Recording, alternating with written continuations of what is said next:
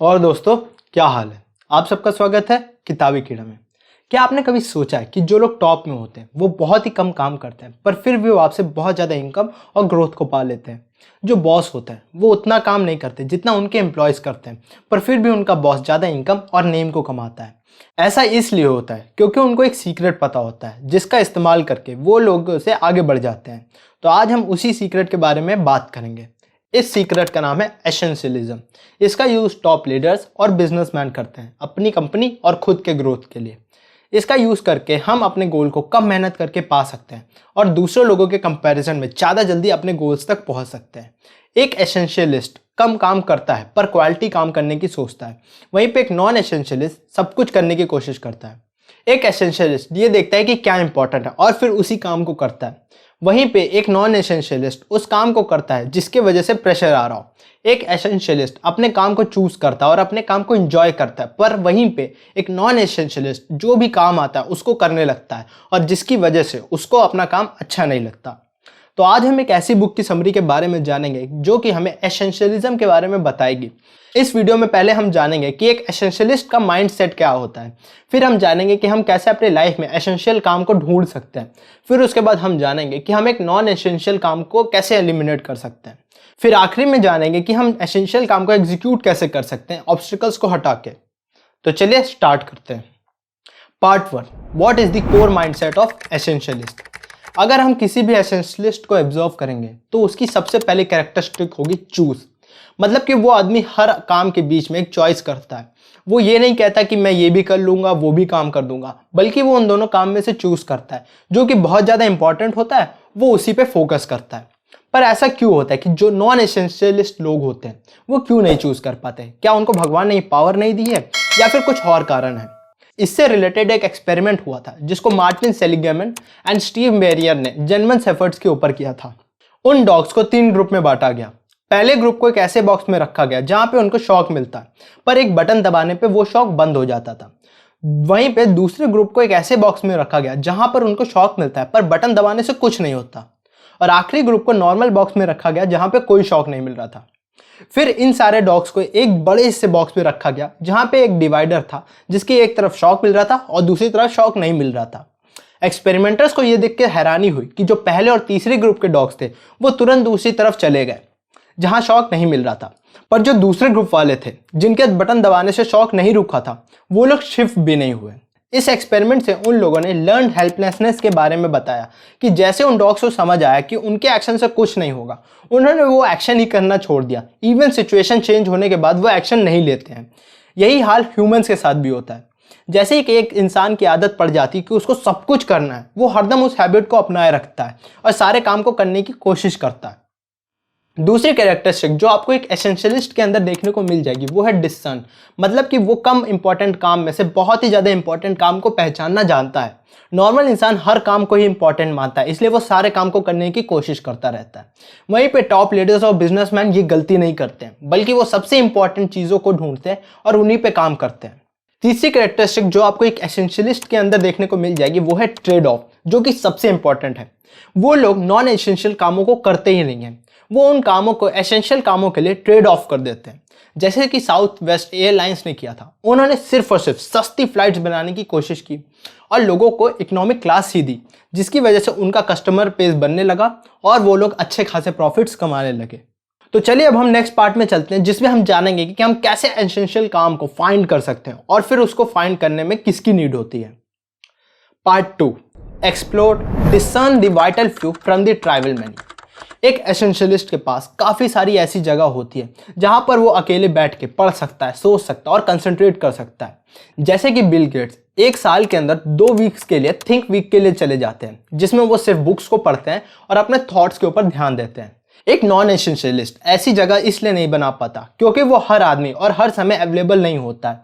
वो अपने लिए और अपने थॉट्स के लिए अलग से टाइम नहीं निकाल पाता। हमें भी ऐसा करना चाहिए कि दिन भर में कुछ टाइम ब्लॉक ऐसा रखें जिसमें कि हम सिर्फ अकेले रहें और कुछ भी ना सोचें और अपने थॉट्स और फोकस के ऊपर काम करें। दूसरा, एक एसेंशियलिस्ट वो बातें सुनने की कोशिश करता है जो कि बहुत ज़्यादा इंपॉर्टेंट है।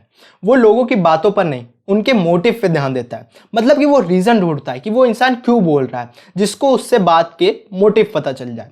वहीं पे एक नॉन एसेंशियलिस्ट मोटिव के बजाय उस बात पे ज़्यादा ध्यान देता है और सिर्फ इंफॉर्मेशन के पीछे भागता है, जिसकी वजह से वो ना ही उस बात का मोटिव जान पाता है और ना ही उस बात से एसेंस तक पहुंच पाता है। तीसरा, एक एसेंशियलिस्ट अपने नींद को कभी भी सैक्रिफाइस नहीं करता है, क्योंकि नींद सैक्रिफाइस करने से हमारे माइंड की सोचने और समझने की कैपेबिलिटी बहुत ही कम हो जाती है, जिससे हम अपने काम पे ज़्यादा फोकस नहीं कर पाते हैं।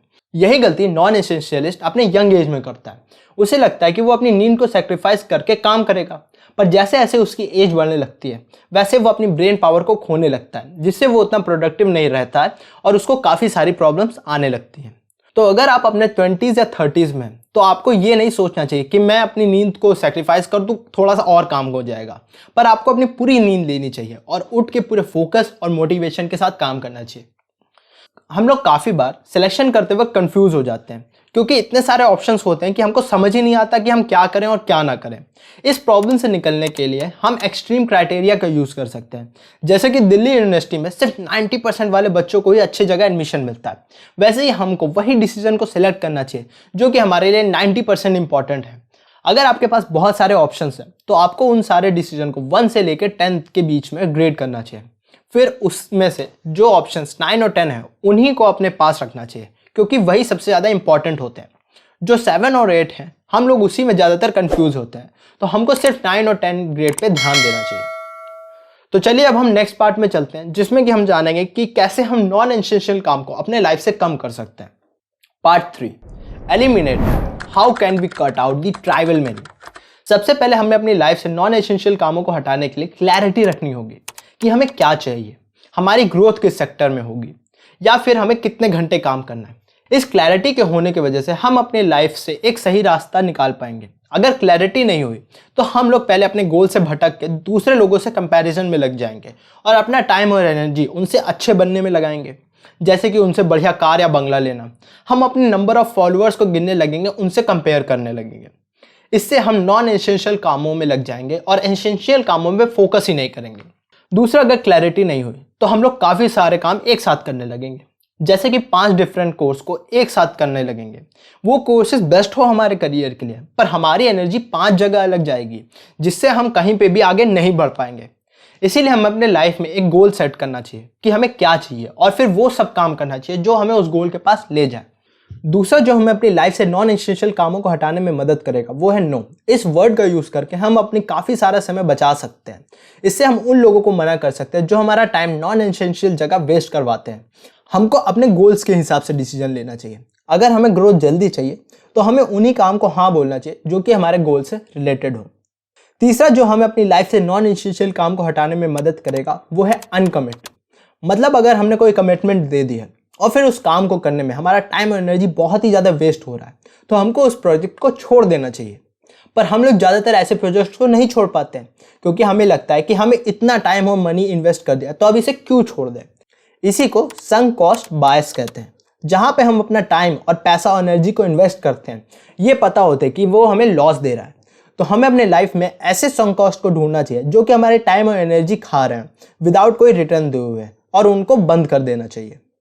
चौथा जो हमें अपनी लाइफ से नॉन एसेंशियल कामों को हटाने में मदद करेगा वो है एडिट। जैसे कि हमें उन संक कॉस्ट के बारे में पता चल जाए जो कि हमारे लाइफ से फालतू का टाइम और एनर्जी खा रहे हो, हमें उनको अपने लाइफ से एडिट कर देना चाहिए। क्योंकि हमारी लाइफ में काफ़ी सारे ऑप्शंस होते हैं कि हम लाइफ में क्या क्या कर सकते हैं, पर जब तक हम उन ऑप्शंस को एडिट करके रिमूव नहीं कर देंगे तब तक हमारी कन्फ्यूजन बढ़ती जाएगी। क्योंकि कम ऑप्शंस का मतलब जल्दी डिसीजन लेना, जिससे हम डिसाइड करने में आसानी होगी। आखिरी चीज़ जो हमें अपनी लाइफ में नॉन एसेंशियल कामों को हटाने में मदद करेगी वो है लिमिट। मतलब कि हमें एक बाउंड्री सेट कर देनी चाहिए जिसके आगे कोई ना आ सके। जैसे कि हर घर की एक बाउंड्री होती है, उसी के अंदर सारे घर वाले रहते हैं। एक एसेंशियलिस्ट की भी बाउंड्री होती है कि उसको कितना काम करना है या फिर उसको काम करने का टाइम क्या है, जिसके बीच में कोई नहीं उसको डिस्टर्ब करेगा। जैसे जैसे हम अपनी बाउंड्री बनाने लगेंगे वैसे वैसे हमारी लाइफ हमारे अकॉर्डिंग चलने लगेगी और हम एसेंशियल कामों पर ध्यान दे पाएंगे। तो चलिए अब हम लोग लास्ट पार्ट में चलते हैं, जिसमें हम जानेंगे कि एसेंशियल कामों को एफर्टलेसली कैसे एग्जीक्यूट करते हैं। Part 4, execute how to make execution effortless. आपने ये महसूस किया होगा कि हमको चाहे कितना भी टाइम दे दिया जाए, हम लोग ज़्यादातर लास्ट दिन के लिए ही काम को बचा के रखते हैं, जिससे हम उतना ज़्यादा अपने काम पे फोकस नहीं कर पाते। अगर हम उस काम को करने के लिए पहले से ही टाइम का बफर स्टॉक बना लें तो हम आराम से उस काम को कर लेंगे। इस बफर स्टॉक से ये होगा कि अगर कोई अनसर्टेनिटी भी आ जाती है तो हम लोगों को ज़्यादा टेंशन नहीं होगी, क्योंकि हमने उस काम को पहले ही कर लिया होता है, जिससे हम उस अनसर्टेनिटी से भी निकल सकते हैं और अपना काम भी टाइम से कंप्लीट कर सकते हैं। इससे हमें अपने एसेंशियल काम करने में कम एफर्ट लगेगा। दूसरी चीज़ है सब्ट्रैक्शन।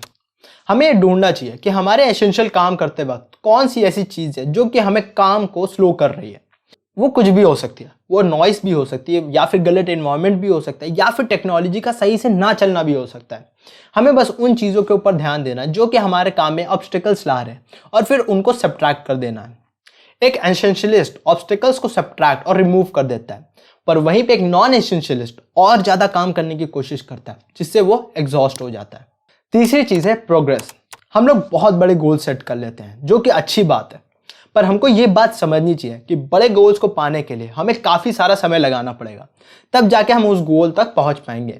एक नॉन एसेंशियलिस्ट बड़े गोल सेट कर लेता है, पर उसको रिजल्ट तुरंत चाहिए होता है, जिसकी वजह से वो उस काम को ज़्यादा दिन तक कंटिन्यू नहीं कर पाता।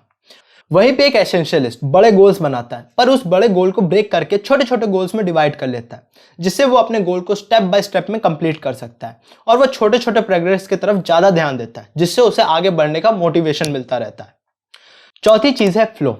ये एक ऐसी चीज़ है जिसका यूज़ करके हम अपने काम करने के टाइम को बढ़ा सकते हैं। फ्लो हमारे अंदर एक रूटीन के थ्रू आता है। अगर हम एक रूटीन को काफ़ी समय तक फॉलो करते हैं तो हमें कुछ दिनों के बाद उस रूटीन को फॉलो करने में बिल्कुल भी दिक्कत नहीं होगी, जिससे हमारे अंदर एक फ्लो बन जाएगा उस काम को करने के लिए। एक एसेंशियलिस्ट अपने एसेंशियल कामों के लिए एक रूटीन बनाता है, जिससे उसे उन कामों को करने में दिक्कत नहीं होती और वो उनको बहुत ही ईजी वे में कर लेता है। आखिरी चीज़ जो हमको एसेंशियल कामों में करने में मदद करेगी वो है फोकस। मतलब कि जब हम कोई भी काम कर रहे हो तो हमको सिर्फ उसी काम पे फोकस करना चाहिए। इस फोकस से हम अपने प्रेजेंट पर ज़्यादा ध्यान लगा सकते हैं और मल्टीटास्किंग जैसी चीज़ों से दूर रह सकते हैं, जो कि हमारी प्रोडक्टिविटी को डिक्रीज करेगी। आज का वीडियो यहीं पे समाप्त करते हैं। एसेंशियलिज्म एक हैबिट नहीं है जिसको आप सुबह प्रैक्टिस कर लें और फिर शाम को ना करें, बल्कि एसेंशियलिज्म एक जीने का तरीका है जो कि हमारी लाइफ को ईजी और पीसफुल बनाता है और साथ ही में सक्सेस भी दिलाता है। अगर आपको एसेंशियलिज्म के बारे में और जानना है तो आप essentialism the disciplined pursuit of less book को भी पढ़ सकते हैं, जिसको कि ग्रेग मैक्क्यू ने लिखा है। तो आज का वीडियो यहीं पे समाप्त करें। अगर आपको वीडियो अच्छी लगी तो आप मुझे पैसे भी दे सकते हैं। मैं मजाक कर रहा हूँ। पैसे की जगह आप वीडियो को लाइक कर सकते हैं, कमेंट कर सकते हैं और बता सकते हैं कि आपको किस बुक के सिंपल लेसन चाहिए, और सब्सक्राइब बटन और बेल आइकन को भी दबा सकते हैं ताकि आपके पास ऐसी वीडियो हर हफ्ते पहुँचते रहे। तब तक के लिए मैं आपसे विदा लेता हूँ and have a good day.